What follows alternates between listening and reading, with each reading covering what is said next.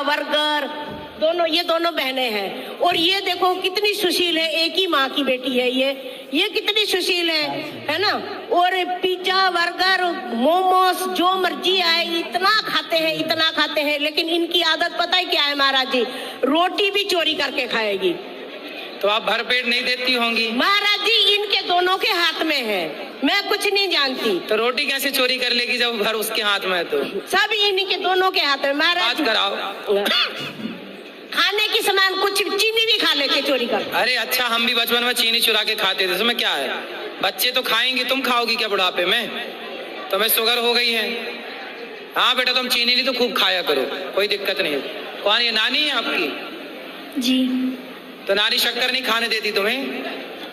सब छिपा के रखती है ना? नहीं। हाँ, तो चीनी तुम चुरा के खा लेती हो, शक्कर, गुड़ भी खाती हो? गुड़